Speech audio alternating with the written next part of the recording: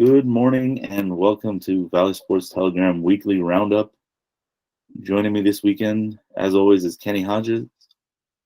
And we've got Kaylee Harden back for another wonderful, wonderful conversation. We got a lot going on, and it seems like every week there's more and more. So we're just going to jump right into it. It was a mixed bag this week. We had some blowouts. We had some really tough matches. We'll get started with Valley Mission. Reseda hosted Silmar, and it was 49-0 Silmar. We know what we're getting with Reseda this year. We've established that they're really kind of trying to rebuild, and their numbers are low. So Silmar did what they had to do. Panorama went into Van Nuys and did what they were expected to do. It was a 48-6 victory. Kennedy hosted San Fernando, and as Kaylee predicted last week, Kennedy walked away 41-8. I will admit it. I was probably putting a little too much into that matchup. Birmingham hosted Taft in their league opener, and Birmingham might be doing what they did last year. They walked away 47-0 over Taft. Chatsworth was hosting Granada, and Granada Hills just ran by them all day. It was 42-7. And Isaiah Ramo did what he tried to do, but it was just too much. And then in the southern section, Village Christian was hosting Aquinas, and Aquinas came out 28-14. Campbell Hall improved to 7-0 with a 7-0 win. Crescenta Valley went into their league play against Burroughs, and Burroughs came out 42-14. And then Oaks Christian was hosting Calabasas, and they came out on top again. It was 29-10. I think that's the score. I've seen a couple different ones, but I'm pretty sure the final was 29-10. Any of those kind of stand out to you? Yeah, so some notes that I have, starting right at the top. Well, let's start with the Valley Mission. Reseda, Van Nuys, we know those programs are in full rebuild mode. It's not for a lack of effort or trying, especially like on Reseda's part, but they've just had an issue with their numbers this year. They had a cancellation the week before because they just couldn't field enough healthy bodies, so you can't really hold too much against them. You commend that coaching staff and those kids for getting out there and giving it a full effort, but it's just they've got some work to do to kind of rebuild that program back to where they can really compete in the city section. And yeah, Kennedy, business as usual for Kennedy. If you're supposed to be the team to beat in the Valley Mission, if you're supposed to be a team that really has title aspirations, you go out there against teams that you're supposed to beat, and you put a beating on them, and that's what they did. And in terms of the West Valley, Birmingham is showing that they're still Birmingham. Taft, they just kind of got run over. That Birmingham front is pretty impressive. They were able to do things to Taft's front that other teams hadn't been able to do this year, which was completely shut them down and stifle them. And Granada and Chatsworth, here's the thing. Granada is just scary. When that three-headed monster running back gets going, it's kind of hard to deal with. I mean, 3 touchdowns on their first 4 offensive plays from scrimmage. They had 3 touchdowns. 2 of a 75-yard variety from Dijon Stanley, another 55-yarder from DJ Williams. That three-headed monster they have at running back, and Dijon basically played out of the Wildcat, was their Wildcat quarterback the entire time. So it's going to be interesting to see if that's going to yield the results they want going forward. Not playing a traditional quarterback behind center, but the kid is unstoppable when he gets ahead of steam. So if I'm going to have anybody in the entire Valley running QB keepers, it's going to be Dijon Stanley. Dijon Hegon Stanley, as he is known around his parts. And those are notes I have for those games. Oh, and just a quick note on the Southern section. Great win for Oaks Christian.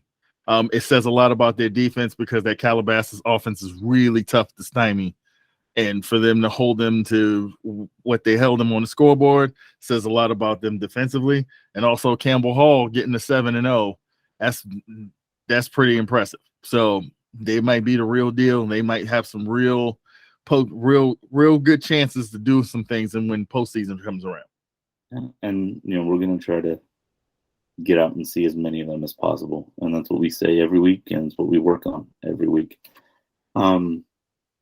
Getting out and trying to see them was my reasoning for going to watch Village and Aquinas. And that game was close throughout. I mean, it was a 2-score finish, but the last score was basically just putting the game to bed. And when you have a freshman at quarterback like Village does, you don't expect to be in a game the way Village was. But Chase Everett's different. This kid is built different. He's been leading the team week in, week out. They've got a good record. His numbers are insane.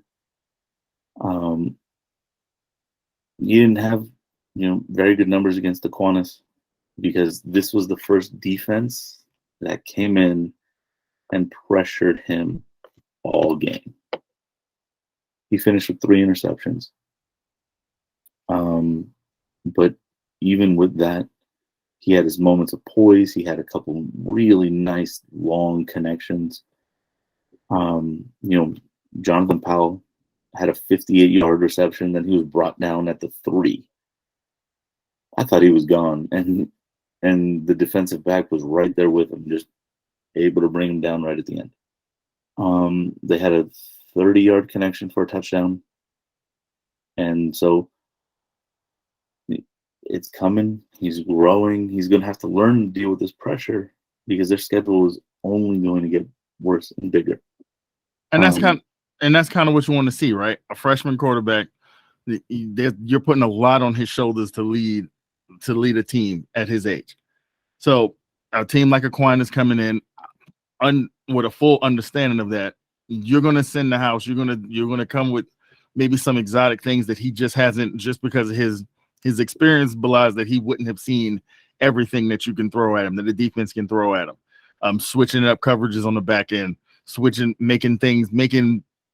making zones look like man and making mans look like zone, and sending pressures off the edge just to get him off his spot and see if he can still go through his progressions and go down the field and that sort of stuff.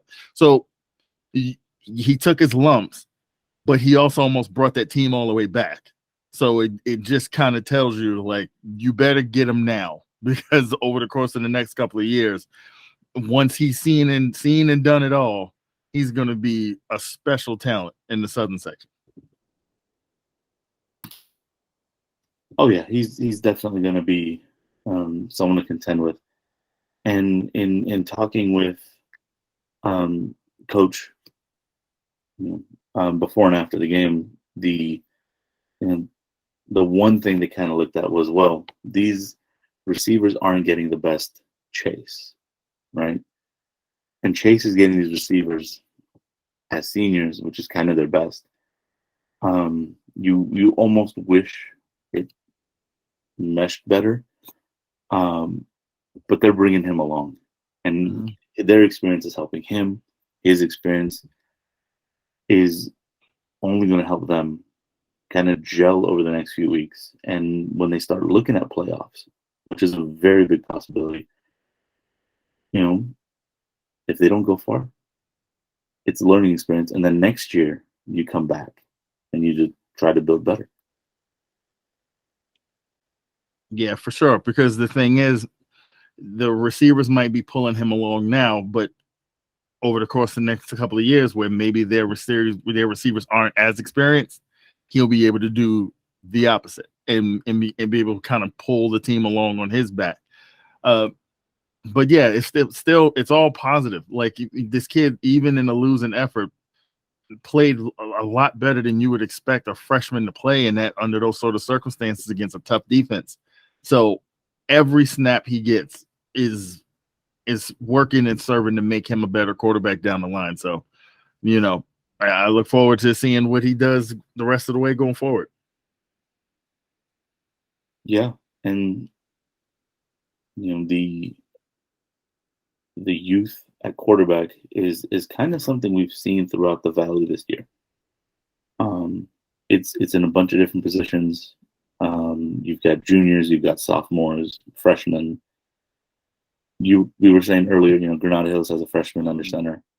We've got youth just kind of across the board, different, you know, at that position, and there is a youth movement going at Verdugo Hills. They went into Arleta thinking they were going to have one setup as far as their offense. And they walked out kind of deciding that they're going to be leaning on their youth. They went in, and Arleta was tough, but it wasn't necessarily a game that Verdugo should have lost by 4 scores, 3 scores. Opening possession, you know, the quarterback they were going with fumbled, and Arleta took it and scored. And they had trouble moving the ball against that front. And we've established this Arleta defense is a menace. This defense does not stop. And they didn't. And they hounded and they pressed. And then Verdugo came out and decided to make a change. And they decided they were going to go with Anthony Ramirez, their sophomore. And I've seen him under pocket a couple times now. And against Arleta, he looked a lot more comfortable than the first time or two I had seen him. And part of it's experience. And this kid now has been on this varsity roster for 2 months, you know, going back into the summer before school. And so he's getting the reps, he's figuring it out, and it's only going to bode well for the future of the program. You know, they've got a junior in Sebastian Herarte who's kind of their everyman. He does everything. Now, if these two grow together going into next year, you now have some bona fide weapons. And that's the thing. Well, it's a tough spot for Verdugo when you're trying to figure things out, when you're going in and playing the team that is a little bit further along the curve of kind of figuring out what their identity is this year. And like we talked about in previous weeks, Arleta's identity is they're going to kick you behind for 4 quarters.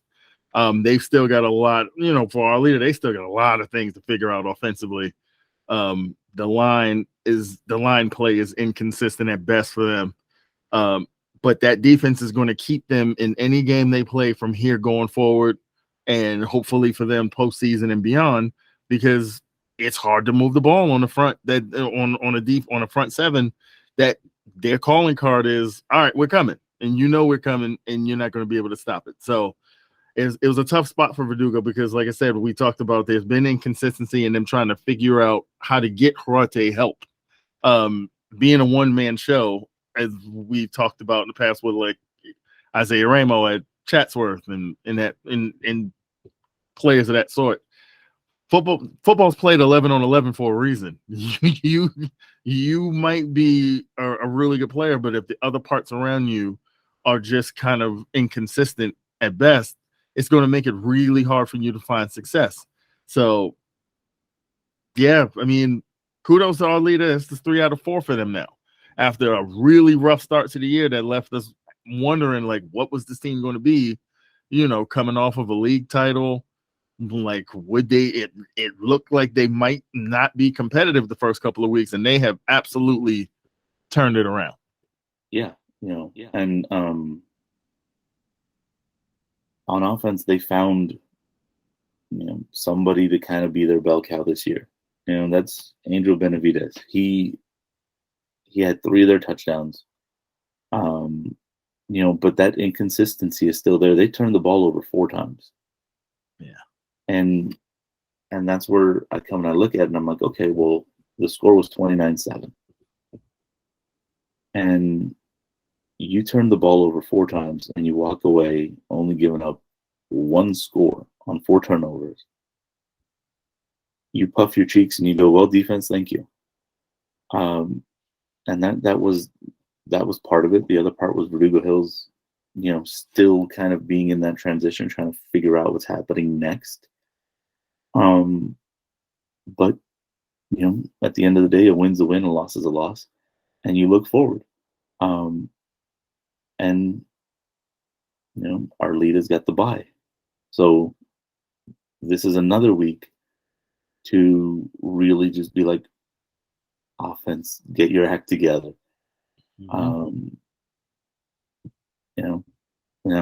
Getting your act together is pretty much what Monroe's done this season. They had been beaten up on and written off and looked as also rans, and then this group of seniors just came in angry, and we've been talking about what they've been doing.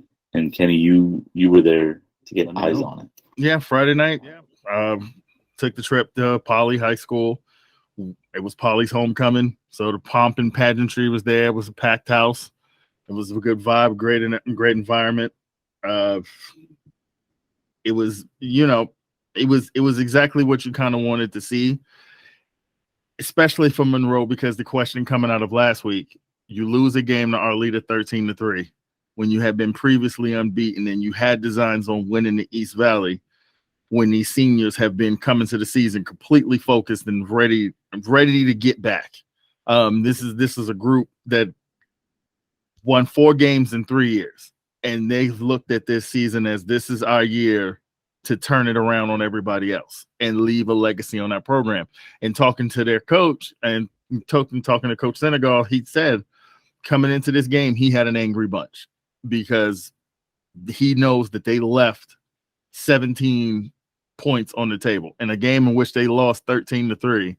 There were absolute opportunities that there was no one to blame but themselves for how they played. And I asked him flat out, I said, what was the energy? What was the vibe like? And he said, these guys were pissed. He was like, because they weren't sad. It was just, we got to make this right. And he said, in his general rule is to get a 48-hour rule. Whatever happens, happened. There was nothing you can do about it. We just got to refocus. The thing that he said that I love the most, that stuck with me from talking to him, he was like, we don't even look and we don't even care who's on the schedule. He's like, that's not important to us. He was like, because the team that we play doesn't determine if we win or lose. It's what we do. He was like, when we preparing to play for the next game, we don't even talk about who it is that we're up against. It could be anybody. These kids don't care, because whoever it is, they're gonna come after them. So in this particular game, teams got off it was a bit of a shaky start, as some games are when you got 2 teams that their calling card is they're on the defensive end. So it was a lot of punts early on. One thing of note from the first quarter, and I want to give this kid some love because it's a tough year for Poly. They're sort of in a similar position to a team like Reseda and Canoga Park, where they don't have a lot of numbers. So they have a lot of kids playing both ways. They're on both sides of the ball.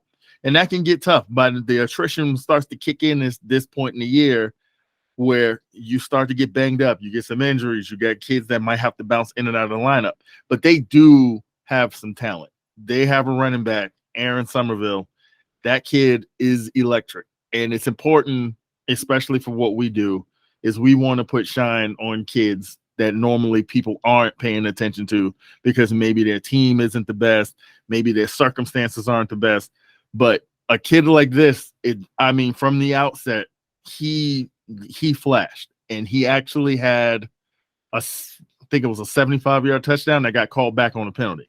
But it was almost like a tone setter to let Monroe know, if you think you're coming in here on our homecoming after what we went through last week and we weren't coming in here to play, we're here to play. So you better be prepared too. But by the time we got to the end of the first quarter, there was no score. Both teams had opportunities to score, kind of blew some scoring opportunities. And then the first real opportunity of the game came in the second quarter, which kind of set the tone for what Monroe was going to do for the rest of the game. It was kind of a precursor for the second half. Poly had a nice drive. They got it down inside the 5 and got down there pretty easily. But once they got down, they had 4 cracks inside the 5 and got stonewalled. That Monroe defense just kind of shut everything down. They tried to run it. They tried to throw it, and it didn't matter. And then Monroe promptly took the ball, went 96 yards the other way, and put the first points on the board. Hit a couple of nice passes down the field. Rose, their quarterback, Roses, he hit a couple of nice passes, and he got the ball to their playmaker, Brandon Williams, number 4 from Monroe. He is one of the more electric players in the East Valley. I can say that confidently, having seen just about all of these teams play up close and personal. He is an electric player when you get the ball in his hands. He's just a dog.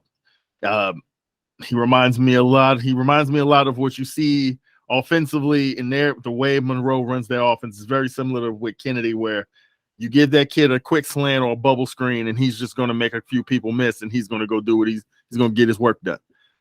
So they took that lead. They took a lead 7-0, but it didn't last long because, like I said, Aaron Somerville promptly takes the second play of the drive the next way down, and it takes it 75 yards to the house. And it lets you know, like, hey, we got a game here. In the second, but still, the game was just kind of a herky-jerky game. A lot of missed opportunities, some drop balls, an opportunity. Monroe had a chance to go up, and Brandon Williams made a spectacular catch, but the ball just led him a little too far to bounds on a 4th and 13. And then the drive just kind of stalled from there. But they eventually did. They ended up taking a 14-6 lead in the halftime because Roses had a QB keeper. So they got a little separation at the half. And then the second half was really dominated by Monroe's defense. You really saw the chops of that leadership kind of plant the flag in this game and say, all right, we're getting this game over with. Because the thing with a team like Poly, they can play you close, but they don't really have the offensive ability to really go down the field on you. So if you can get up a couple scores, which is what Senegal told me after the game, was like, hey, we knew we just had to we had to stay in it. We had to stay locked in. We knew if we got up a couple of scores on them, then we could turn the dogs loose on them. Because if you can get them having to not give the ball to Somerville and having to go down the field, that was going to change the game. And it really did. The closest Poly they got it to 14-12. A mistake by Monroe. I think it was a bad snap. Poly jumped on it in the end zone, but that was it. That was the last time they saw the scoreboard for the rest of the game. Once Brandon Williams had another touchdown, they got up 2 scores. Steven Molina and that Monroe defensive front, you could hear the kids on the field saying, that's it. They're done. They get nothing else. And I'll be doggone if they weren't telling the truth, because they didn't sniff the end zone the rest of the way. It was a terrific defensive performance, Monroe, really for 4 quarters. Aside from the one run where they let Somerville bust that one long run, they really stifled Poly and didn't give up much outside of that. So it was a good win for Monroe. Talking to Senegal after the game, he basically said, hey, we still have designs on winning the East Valley, and we know there's roads to get there. We dropped that game last week to Arleta, so there's not much we can do about that. But we still have North Hollywood. We still have Grant. We still have some games in front of us that are going to give us an opportunity to get the things that we want. And even beyond that, going to the postseason. He was like, this is a veteran group They know how to play. They know what they want, and they attack every day. Because we talked a bit about that kid Brandon Williams, and he said every program wants to have a kid like him. He was like, this kid, every rep in practice, he runs every route like it's the last one he's ever going to run. Self-motivated, and he was like, and that's the word he uses for this group. They're 5-1 for a reason, because when they take the field, they know what they want to do. And this game was big for them, because by winning that game on Friday night, they've now eclipsed their win total of the previous 3 seasons combined. So that was big for those kids, because the first step was showing everybody this is not the same group we were the last couple of years. And now the next step is taking the league and trying to win a city championship. And I know Senegal wants one, because he almost got there in 2014. They had a magical run. They got to the D3 championship and came up a little short. He thinks that he's got a team that if he can get in the mix and things break right, that these kids can walk away with a city championship and put that and hang that banner from Monroe on their way out the door. And that's the ultimate goal, though, is win a league title on your way to the playoffs, and then get that ring and that banner in the playoffs. And you've got teams everywhere looking at that's what we want to do, and 2 teams that we're looking at potentially doing that in a tough league, thinking that maybe they might be the ones to come out of the West Valley. El Camino and Cleveland. And this was a matchup that we were really, really looking forward to. And Kaylee, you were there. You took it all in. Take it away. Yeah, I was excited to see that game. I had not seen Cleveland play before. I did catch a good game with El Camino and San Fernando earlier in the season, which made me a fan of Camino, just because their kids, their coaches are very nice. Their sideline is a great place to hang out. If you ever have the opportunity to go to an El Camino game, the vibes are great. And you won't be disappointed. But I was excited to see them play Cleveland. I've been hearing great things about Cleveland all season, specifically Corey Hall. But Corey Hall was noticeably missing from the sideline Friday night, unfortunately, and you really felt his absence throughout the whole game. From the beginning, it didn't seem like they were going to struggle, actually. Cleveland was the first team to score. Number 9, Andrew Shackelford, was our first touchdown of the game. And then after that, the game it wasn't a big gap score-wise the entire game. Cleveland really held on. They played a good game despite missing Corey Hall, but Camino, they took advantage. They definitely took advantage of the situation. Through the second quarter of the game, Elko really laid it on them. You could tell that, their offensive line was just, they came to play that day. They were helping out in every way they could. They made it possible for Devin Howard to get countless first downs. He was, and if we're going to use basketball terms, he was putting up assists for his teammates to score that game. But we got our second touchdown from Javen Hall after Devin Howard. He brought us down the field, and Javen Hall finished it up for a touchdown. That put Camino up, because they got the extra point that run. That put them up by 7-6. And then the rest of the game, they just kept laying it on. They did I will say that one of the things I think that messed with Cleveland's rhythm is they had a couple bad snaps. They were a little too high, and that threw them off even more. And then their running backs just could not get through Elko's defensive line either. Like, it felt like they were hitting a brick wall every time. They were obviously missing Hall in their crunch times when they really needed to score. So I think that I think Camino's dimensionality and the way that they were playing on both sides of the ball, it was just too much for them. They were able to not only pass the ball down the field, but they were running the ball too. Cleveland wasn't getting the yardage that they needed to on the passes that they were making. So the scale tipped a little bit, and it tipped in Camino's favor. And I mean, the kids were excited, the coaches were excited. There was words on the sideline about how they want to, you know, continue this momentum through the rest of the season. They're excited to play our bigger teams later in their season, like Birmingham.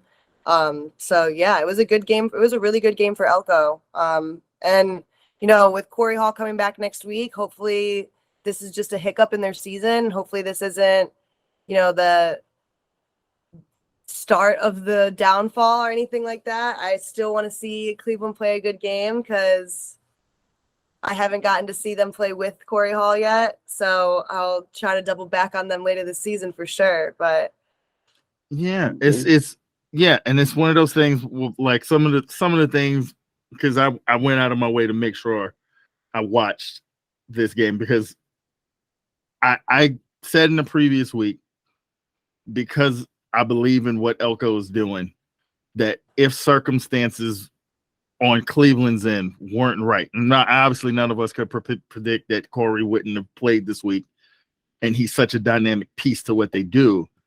But it's a credit to Elko and how they've been building this thing this season, that yes, they absolutely, if you are not prepared to play and things don't go right, they're going to beat you. They've got pieces everywhere. They're sound defensively. They've got a quarterback who does not waver under any pressure. That first touchdown run was like, because if you see Javen Hall, he's kind of wiry. He's not the biggest guy on the planet, but nothing was going to keep him from the end zone when he saw an opportunity to get them on the scoreboard. And he's a leader. They follow that kid. And they've got dynamic pieces in their backfield. They've got receivers. They got a big tight end that can make a play for you. So if you aren't right, they're going to beat you. And the thing with Cleveland is, you know, the adage is, right, you learn more about yourself sometimes in losses than you do in wins. Having Corey Hall removed, he's such a safety net for them in terms of, hey, it's third and long situation, we can just give the ball to him and he'll make a play for us. A lot of times, okay, the running game, they're loading the box. Oh, okay, they're coming downhill on us. They'll run like a reverse into him just to kind of get the defense moving one way and to get him going the other way. Well, what happens when he's not there and now other guys kind of have to figure some things out? Like Kaylee said, the Andrew Shackelford is a weapon they have in their offense that they don't go to enough, because he's a big receiver. He's a big kid. Usually whoever he's lined up with on the outside, he's got a physical advantage. This might be a week where they kind of figured out, okay, if Corey's not here, we have to use number 9 more, because he's a gigantic human being.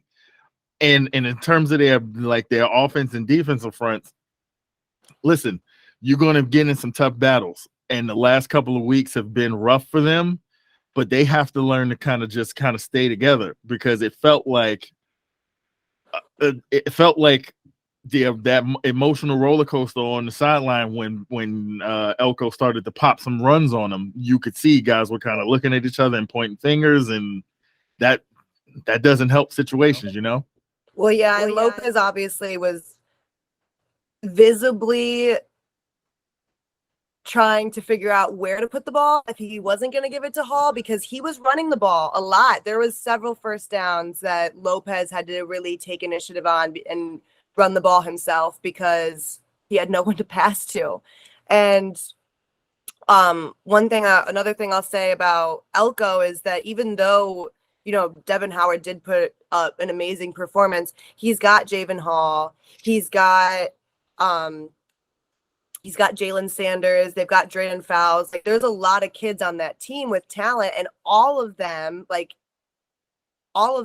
may not be extremely similar talent-wise, but one thing that they can all do is see the field, and they know what pockets to run through. They know how to get around Cleveland's defense. That was something that Cleveland could not do.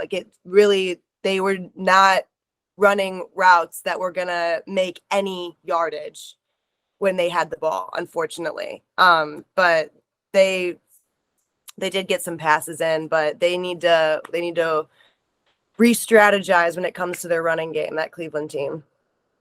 Yeah, because one of the sorry, you got. Oh no, just because and maybe they can take some notes from Elko because they know how to run the ball and pass it.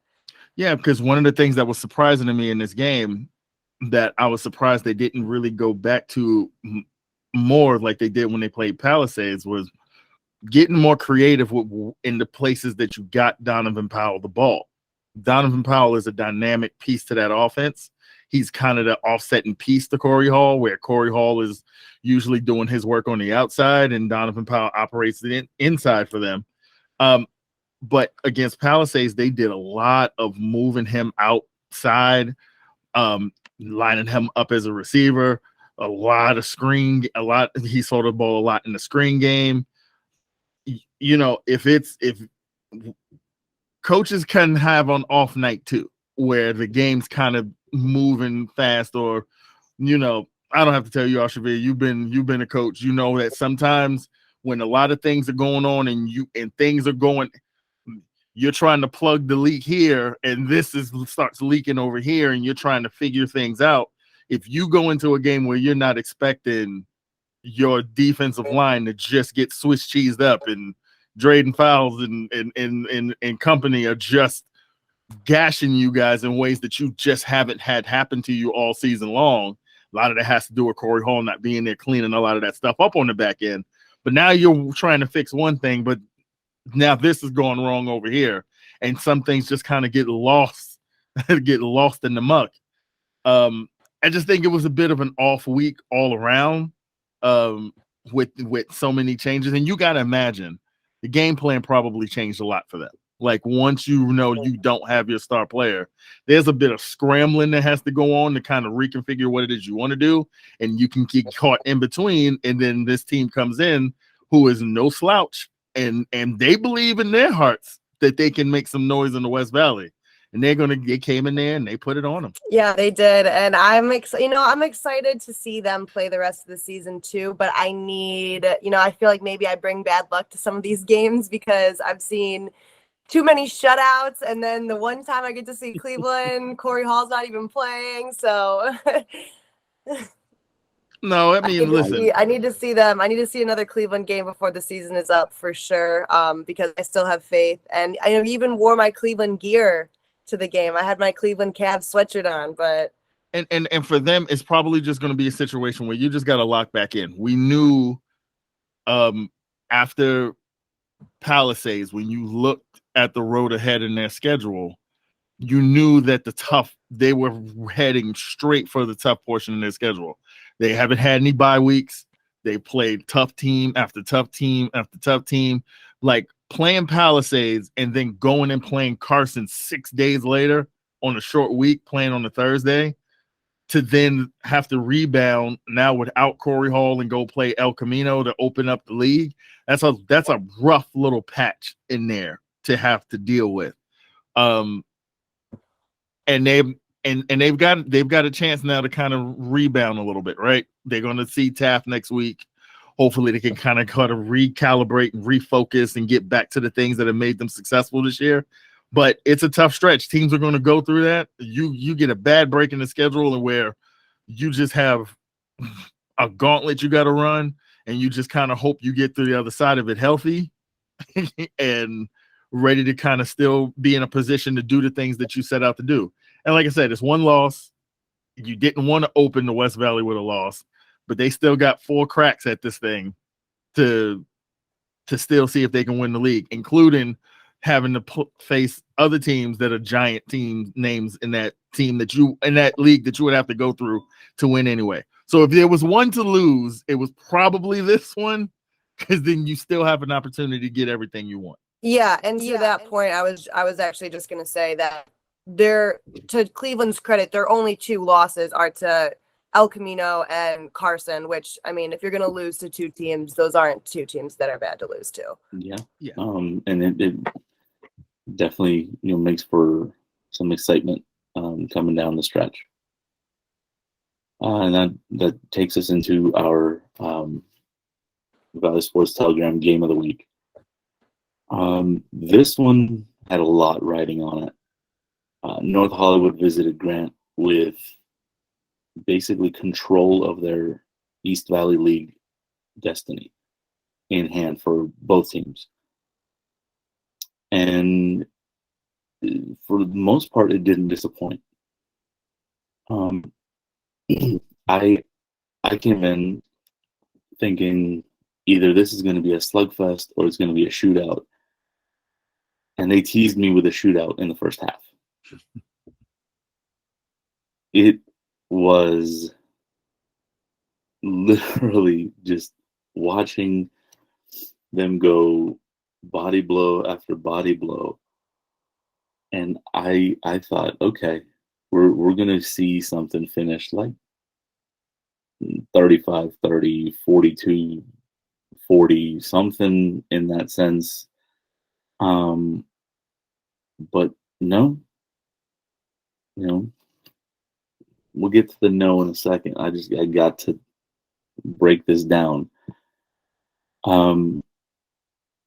So Grant got the ball after after the kickoff, the coin flip, and they worked down the field, and they capitalized, giving the ball to one of their senior studs, who I still, every time I say it, I don't believe it. He's playing football for the first time. Give the ball to Jaquel Woodard, and he went 33 yards. House. Boom. And here we go. It took 94 seconds for North Hollywood to respond. I'm like, they get the kickoff, little run, and then they gave it to their sophomore stud, Jalen Bird. And Bird went up the middle, boom, 63 yards, tie game. And like I said, I was looking at it like, okay, they're going to match each other blow for blow. And the first defense to actually make a stop is going to be the one to come out on top. And they traded stops kind of as it went. And then we get into the end of the first half. And North Hollywood marches the field and takes the lead. They get inside the 5, and now you're thinking, oh, we got to load. It's going to go to Jalen. It's going to go to Ronnie Gibson. Nope. Quarterback keeper. 2 yards. Boom. And now they got the lead. So North Hollywood goes in and scores, and they've got this kicker who is not only their place kicker, she plays volleyball and she plays soccer, and her GPA is way out there, and I think she's already been accepted to MIT. Like that's been part of that conversation. So this girl is a 4-way threat. And her second attempt was blocked, but that's Grant getting in there and blocking it. But it bears mention that she's out here on Friday nights kicking field goals. Mm-hmm. And kicking butt and taking name. So then that score came in, 3:28 left in the half.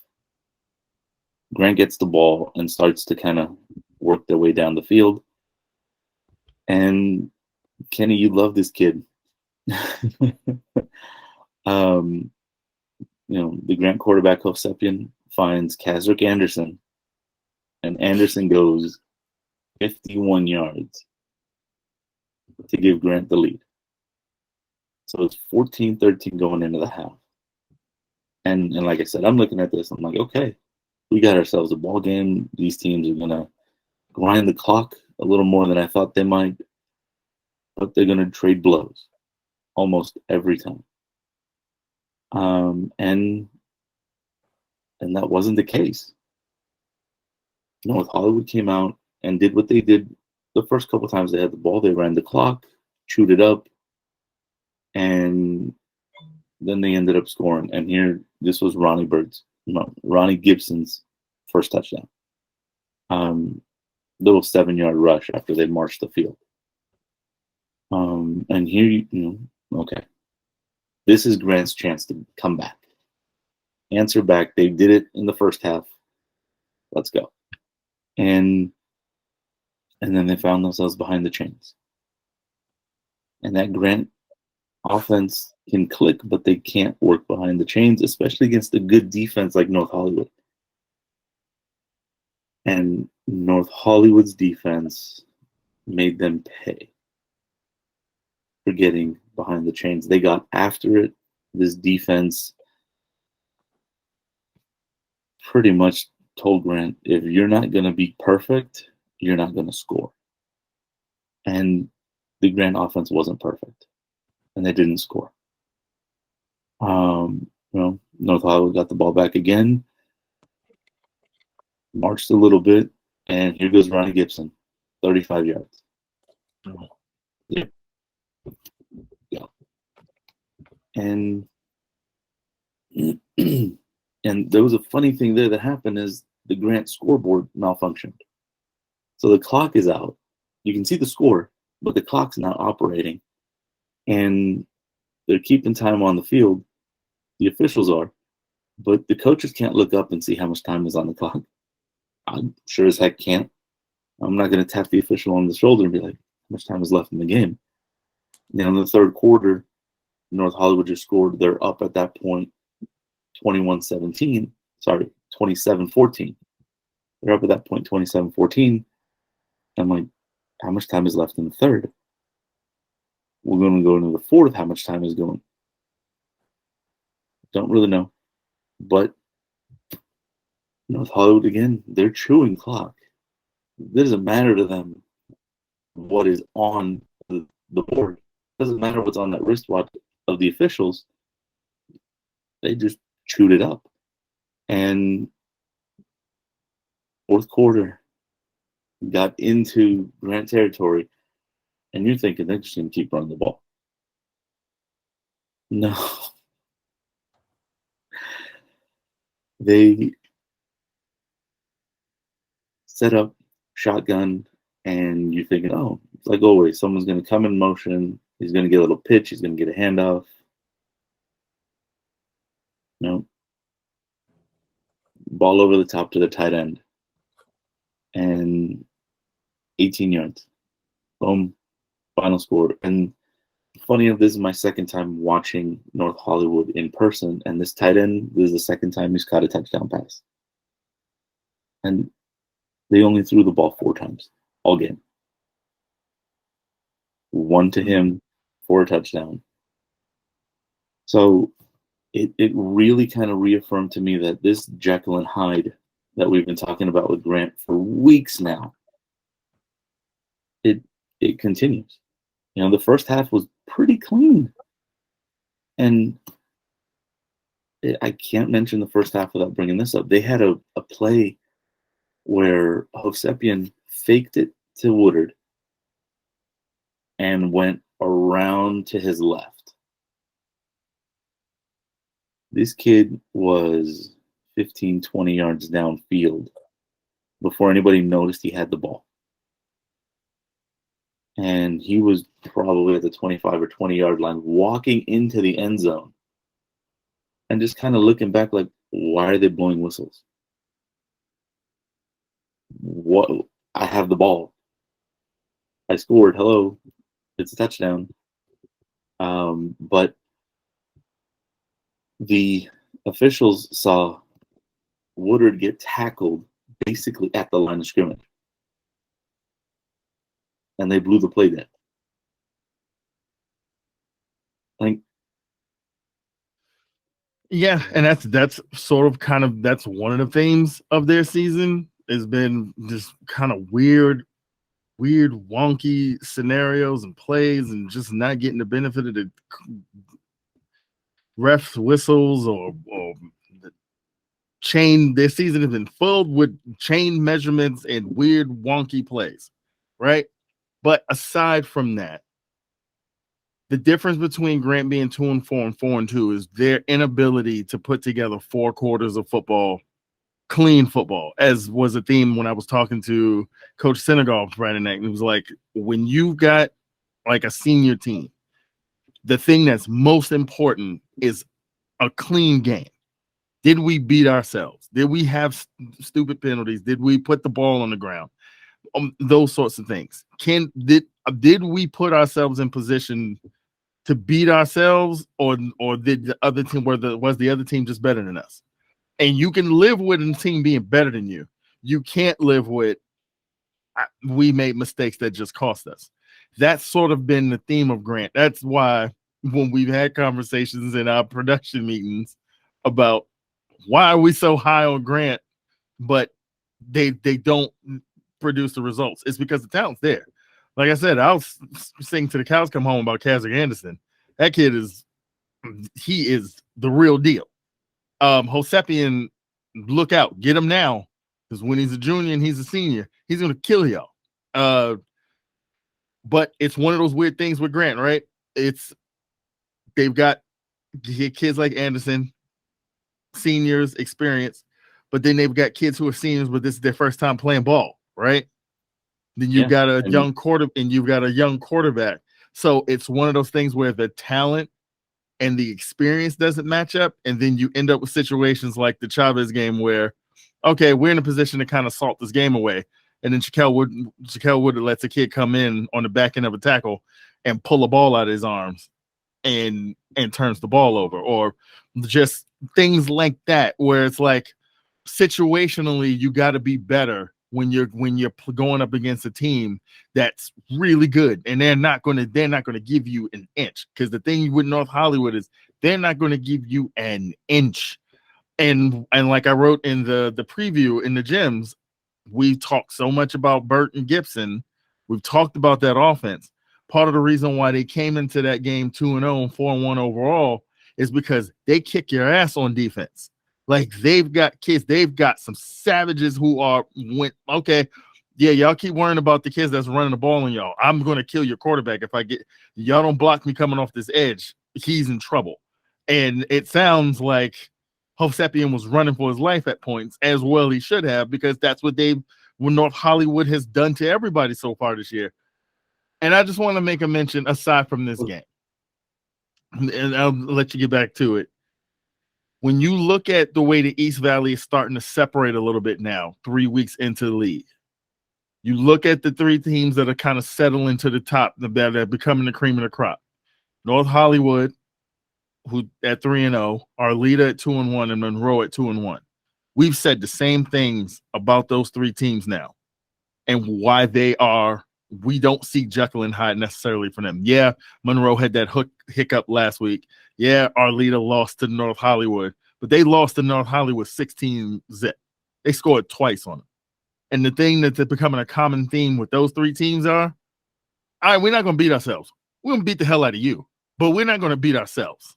So good luck coming up against us, because on the defensive side of the ball, you'll get punched in your face.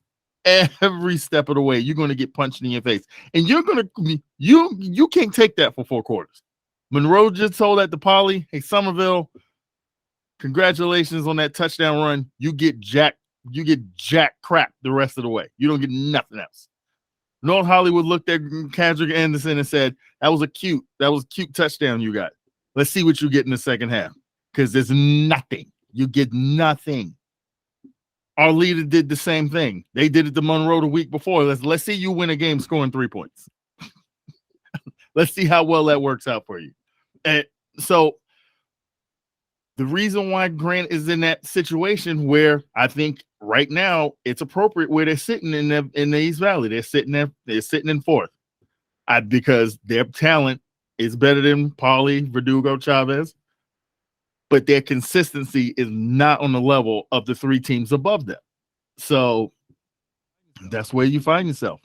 Yeah, and before I jump back into the matchup, you're talking about not beating themselves. Well, yeah, Arleta turned the ball over 4 times. We just touched on it. But what did their defense do? The defense came back and said, "Oh, we got you. This week, we got you." It's not going to work every week. No. You turned the ball over 4 times against North Hollywood. That game would not have been 16-0. Yeah. You turned the ball over 4 times against Grant. That game probably is not close. Just with the talent there. But again, they had their anchor take care of them. And if you're Jekyll and hiding it, it's not going to happen. And then again, what's going to happen is you're going to get in your own head, and this is where you have these penalties. And Coach Desilli told me after the game, he was like, we found ourselves behind the chains. We weren't consistent, and against a team like North Hollywood, you cannot be behind the chains. You can't, because they're going to pin their ears back and they're going to take it, and they're just going to hold you. And they ultimately ended up taking away one of their weapons. Where is it? Andretson had the ball 6 times. He's a bruising back who you expect is kind of going to be the counter to kind of wear down that defense. He wasn't in a position to wear down the defense. And I'm gonna say it right. I was talking about the big tight end catching touchdowns. That's Chris Ekdahl. He's a senior on that team. He's a captain. So gotta give him his props right there. He's in position to help kind of manage and take care of it. Now, we were talking about that North Hollywood defense. It bears to mention they've got another senior who's playing defensive end. This guy got at it. He had 2 big passes tipped at the line. He came up with a really big tackle early, and he's it feels to me like he is the tone setter, and that's Andrew Castillo. He's coming off that right edge and just coming right at you. And ultimately, when the game finishes 34-14, you look at your offense, but you look at your defense, and they did it. And I would be amiss if I didn't say that, Ronnie Gibson and Jalen Burt combined for over 300 yards, and they had 14 carries each. So, you lean on what works, and that was what they did. And Coach Fair said after the game, he was like, second half, the offensive line took over and made holes. And when they took over and made holes, if you give holes to Ronnie Gibson and Jalen Burt, they're going to take advantage. And yeah, they didn't break everything in the second half, but they were getting chunks. 10 here, 6 here, 8 there, 11. That's going to wear down the defense. And it's like, I got to try to stop them from getting 8 yards on first down. And they got 8 yards. How do I stop them from getting 2 for another first down? It just, they came at them in waves. And, now they're in control. Because when they eventually face Monroe, that's their game. Because they win that, no one's taking league from them. And they put themselves in control for that. Yeah, I mean, because where we sit now, when you look at where the East Valley is, they've established themselves. There's only one team in my mind now at this point that stops them from winning that league, and that is potentially Monroe. But that's because Monroe, with the group they've put together, might be the only team that can deal with that balance that's coming, in terms of like they can hurt you offensively, but defensively they're going to get after you as well. So it's going to be interesting to see where things go for them the rest of the year, especially when they've got a real juicy non-league matchup. It's stuffed in their schedule, North Hollywood, as they're coming down the stretch, that could maybe put them in a sort of similar position like Cleveland, where they hopefully they come out the other side of a non-league matchup in the middle of your league slate. You come out the other side of that clean, and it doesn't affect things for you going forward when they go and they deal with Hoover. But yeah, they're the team to beat. Like the prevailing thought that I had coming out of this game was, depending on how that game went, would depend how many fastens I put on that saddle, on that bandwagon I'm getting ready to jump on for North Hollywood. And they did everything that I've wanted to see them do. Like I said, you mentioned in that defense, two guys on that defense, Duarte and Castillo, coming into this game. We talked so much about Jalen Burt and Ronnie Gibson's numbers coming into this game. They had 75 tackles, 6 sacks, and 3 picks this year, just from those two guys alone. So they've got a dynamic duo you got to deal with on both sides of the ball. That's going to make it really difficult for anybody to wrestle this league away from. So, yeah, it's going to be interesting. It's going to be interesting going forward. Yeah, and that game of the week gave us our player of the week, and I had to make it co-players of the week, because there was no way to just say one. Jalen Burt, 14 carries, 162 yards, 1 touchdown. Ronnie Gibson, 14 carries, 140 yards, 2 touchdowns.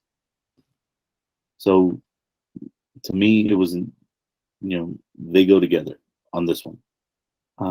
There was the other week where, we had Jalen alone because he went off for like 185. But this week it's them together. And honorable mentions has to go to Dijon Stanley. I mean, that man had 150 yards and 2 touchdowns. Oh, by the way, on 2 touches in the first half. Like, he touched the ball, he was in the end zone. Wasn't much you can do about it. And that's kind of been the way it's been for him this year. Once he gets to the second level, y'all go line up for kickoff, because it's for the extra point, because he's out of there. So he's an honorable mention, and I want an honorable mention from my game. Stephen Molina, the defensive end from Monroe. I mean, the kid was a monster out there, but he was a leader in every sense of the word. You could, no matter where you were in that stadium, you could hear him barking and getting his guys together, keeping guys motivated, letting Paulie know it was temporary, them staying in this ball game. He was letting guys, and he was letting you know all night long. He was chatting at everybody, and he backed it up with his play. He was in the backfield just about every play. He had poor Dalen Ortiz was under duress. He probably saw 92 in his sleep he'd been seeing him in his nightmares for the last 2 nights, because that kid was everywhere. So on the defensive side of the ball, I'm gonna show some love to Stephen Molina, and I'm hoping to see him do big things when he gets his crack at North Hollywood down the line. Yeah, and I'm gonna finish off on the Dijon one real quick. He finished with 4 carries and 182 yards. Come on, man. So come on, Dijon, he gone. That's it. That's all you. There's the one, another 100-yard rusher from Arleta. I mentioned him earlier. It was Angel Benavides. Yeah, he went 18 carries, 122 yards, and 3 touchdowns. Yeah, Benavides has been doing work for Arleta. He's kind of helped reestablish a little bit of that magic they had last year when they just bullied and bulldozed through everybody. I don't think that there's much coincidence in him kind of taking the reins as that bell cow and kind of helping support that defense that is holding people down, and then he comes in and he kicks you.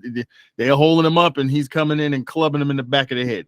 So you got to give love and props to him, because part of what has made our leader so good the last couple of years is being able to kind of lean on that run game and help and supplant and kind of combine that with a real bully defense. So yeah, show him some love as well. And we'd be remiss if we didn't throw some love to Donovan Howard. Please, sorry, I was on mute. Yes, please, let's show some love at Donovan Howard. That kid caught an amazing interception against Cleveland, ran it all the way down the field. Yes, he needs some love. And like I said, he's had people telling me that he was a guy that we needed to be watching since I saw him way back in the Calabasas game. People have been supporters of his, have been saying, hey, watch that kid. He's going to do amazing things this year. He is a baller. So I'm not surprised at all that he will pull a play like that in that game. Yeah, and I mean, he's not a big kid. He's only a sophomore, and yeah, he did some good things. And I will say that aside from him, like, there's a lot of kids on the Elko team that aren't huge, and they get heckled when they're on defense. They get heckled, and they carry themselves with so much. They carry themselves with bigger energy than how they physically are, and they will just point at the scoreboard every time. Like, they know what their talent is, and they're not insecure about what they can do at all, especially him.